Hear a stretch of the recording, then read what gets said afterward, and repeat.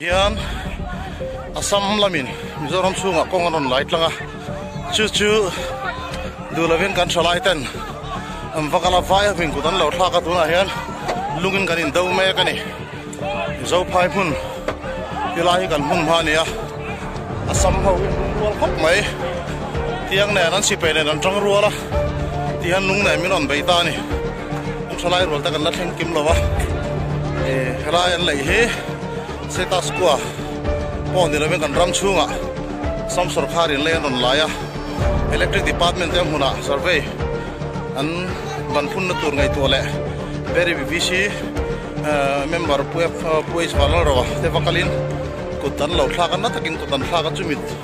lungoi ro chu thalai ro kan phung khom police ta na tuna han lungin kanin bei me kani